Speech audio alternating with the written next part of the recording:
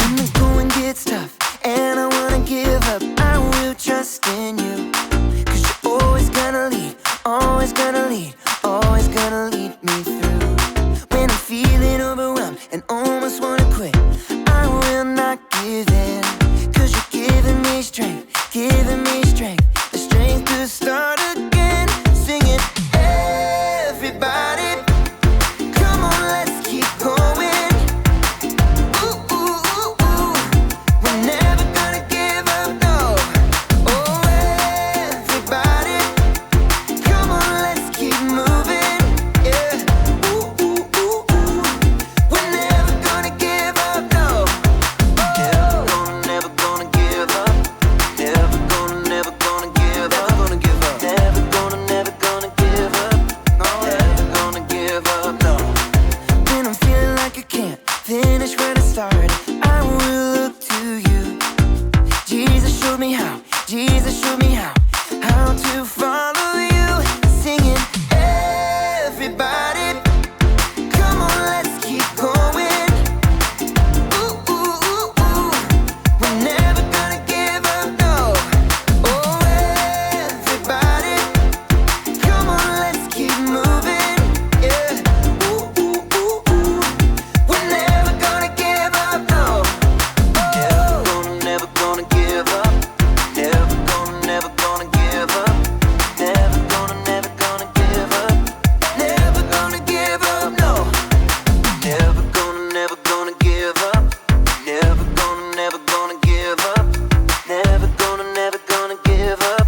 Never gonna give up, no.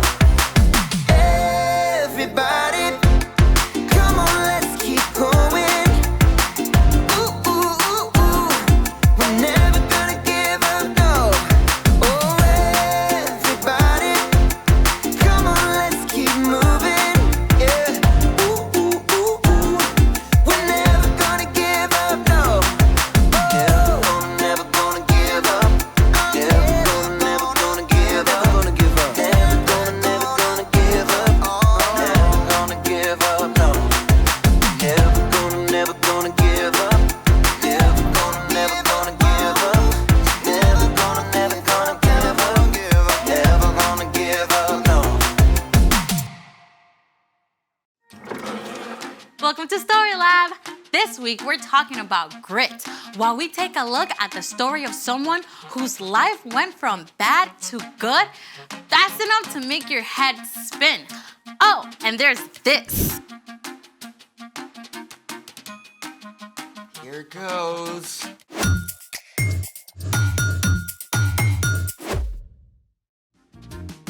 Hey, I'm Amaya, And I'm Zeke. and we're talking about grit, which is refusing to give up when life gets hard. What's under the plates? I don't know, actually. How do you not know?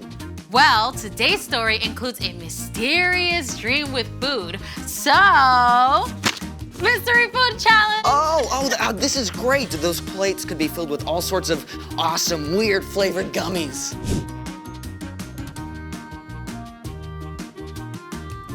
Well, I got my friend to set it up for us. You know what? Why don't you do the honors? Mystery vegetable challenge. The Mystery Vegetable Challenge. Oh, I have a bad feeling about this, all the way from my taste buds down to my stomach. Oh, come on. Vegetables can be tasty. Only with ranch dressing. Oh, do we get ranch? I don't know. Let me see. Okay, it says here that we each pick a dish, then we see who can finish eating whatever vegetable they get. I don't know. Come on, you can totally do this. Grit, remember? Can I cook mine with bacon? Just pick. Fine. Here goes.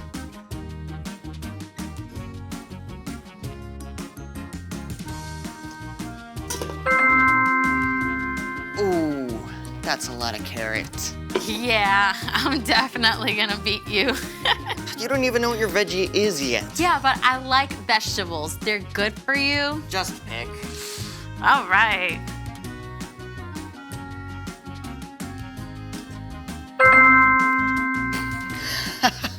Yum. Yum. Oh, this is great. Let's go. You like vegetables, right? Yeah. On your marks. Get set. Go. Ooh, that's a lot of carrots. Yeah, but I like vegetables. Just pick. Fine. Here goes. Ooh, that's a lot of carrots. You don't even know what your veggie is yet. Yeah, but I like vegetables. They're good for you. Just pick. All right. Yeah. Get set. Go!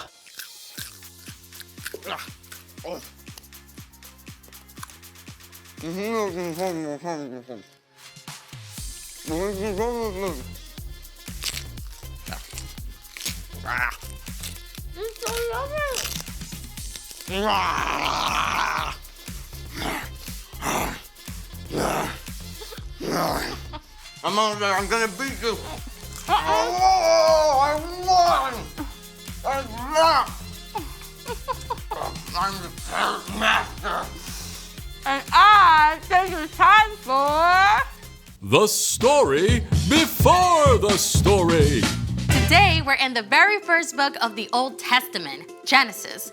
God created the whole amazing world, but people turned away and broke their relationship with God.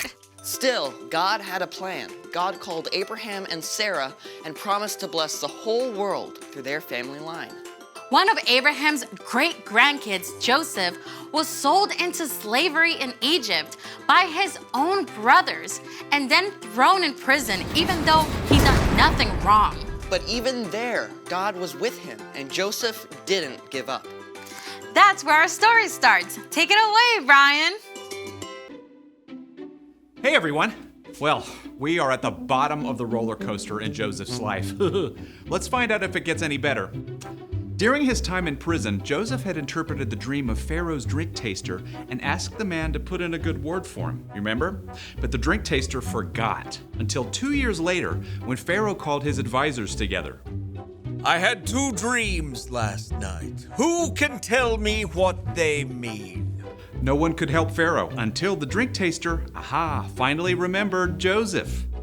Pharaoh called for Joseph at once. Now, it must have been a serious shock to be pulled out of prison after so many years and marched straight into the palace.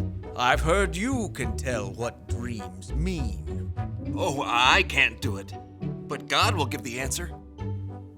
I saw 7 fat cows come out of the river, but then 7 thin, ugly cows came up after and ate the fat cows.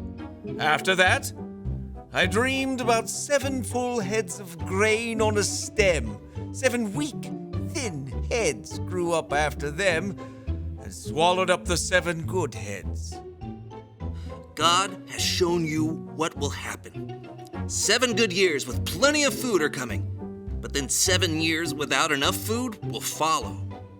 Pharaoh should look for a wise, understanding man to take charge and store some of the food in the good years so there will be food to use later. God has made all this known to you.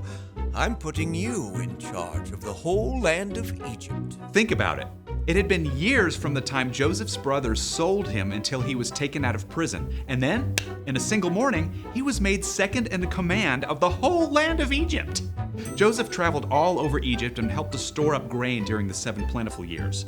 And when the years of hunger began, Pharaoh sent everyone to Joseph to buy food. Now, the famine spread far beyond Egypt. It even reached into Canaan, where Joseph's father Jacob and Joseph's brothers lived. And they soon became desperate for something to eat. I've heard there's grain in Egypt. Go buy some for us so we won't die. Jacob would not let his youngest son, Benjamin, go. But the older 10 brothers made the long journey to Egypt and came before Joseph. Joseph's brothers bowed down to him, just as Joseph had dreamed about so long before. We've come to buy grain. We're hungry. Joseph recognized them, but they did not know who he was, so Joseph decided to test them. You're spies! No, we were 12 brothers, sons of one man in the land of Canaan. Our youngest brother is now with our father, and one brother is gone. Joseph continued to test his brothers. He ordered them to leave Simeon behind, return home, and come back with Benjamin as proof of their innocence. Joseph had their sacks filled with grain and sent them away. Along the way, the brothers discovered that their money had been returned. When they arrived home, they showed Jacob the grain and told him everything that had happened. We have to take Benjamin back with us. Joseph is gone. Simeon is gone. I won't let you take Benjamin. At first, Jacob refused to let Benjamin go, but soon, all the grain brought from Egypt was gone. Go back. Buy us a little more food. The man warned us we can't return without Benjamin. I promise to keep him safe. All right, but take gifts along. Take twice the money. May God cause this man to show you mercy. Once again, the brothers made the long trek to Egypt, this time with Benjamin. Whew. When they arrived, Joseph ordered that the brothers be taken to his own house, where a special meal was prepared. Is your father still living?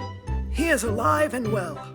When Joseph heard that his father was still alive and saw his younger brother Benjamin, he was so moved, he left the room and wept.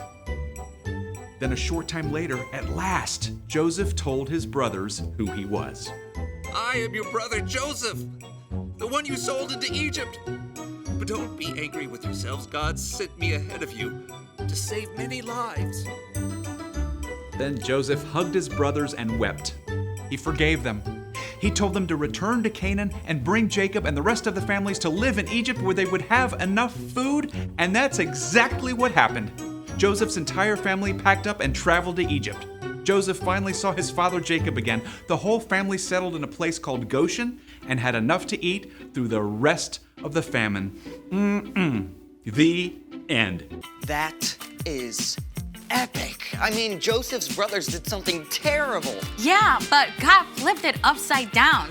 God made sure that Joseph was in the right place at the right time with the power to save his whole family. Yeah, that's right. Jacob's family actually became the Israelites. And remember, God promised to bless the whole world through them. In fact, hundreds of years later, Jesus was born into Jacob's family line. Through the life and death and resurrection of Jesus, every single one of us can be forgiven. Phew. So, what's our part in the story? Well, Joseph held on through some difficult times, right? But all those hard pieces ended up leading to something amazing. So, we can look at how God worked in Joseph's story and trust that God is at work in our lives too. Oh yeah, absolutely. God is big enough and amazing enough to take something that seems awful and still work out a good ending. Like if you have to move away from your friends. Or maybe you get sick right before a big trip you've been super excited about. God can see the bigger story, even if we can't. God knows how things will be made right in the end. Yeah, we might just have to wait a little longer than we like. You know what? I think you two got it. See you next time. So here's the thing. Hold on, because there's a bigger story, and that can give you grit. You really don't have to finish that. Oh, you bet I am, because the bigger story for this broccoli is sauteed with some bacon. Well, we can't finish without finding out what's in the last dish. Oh, go for it.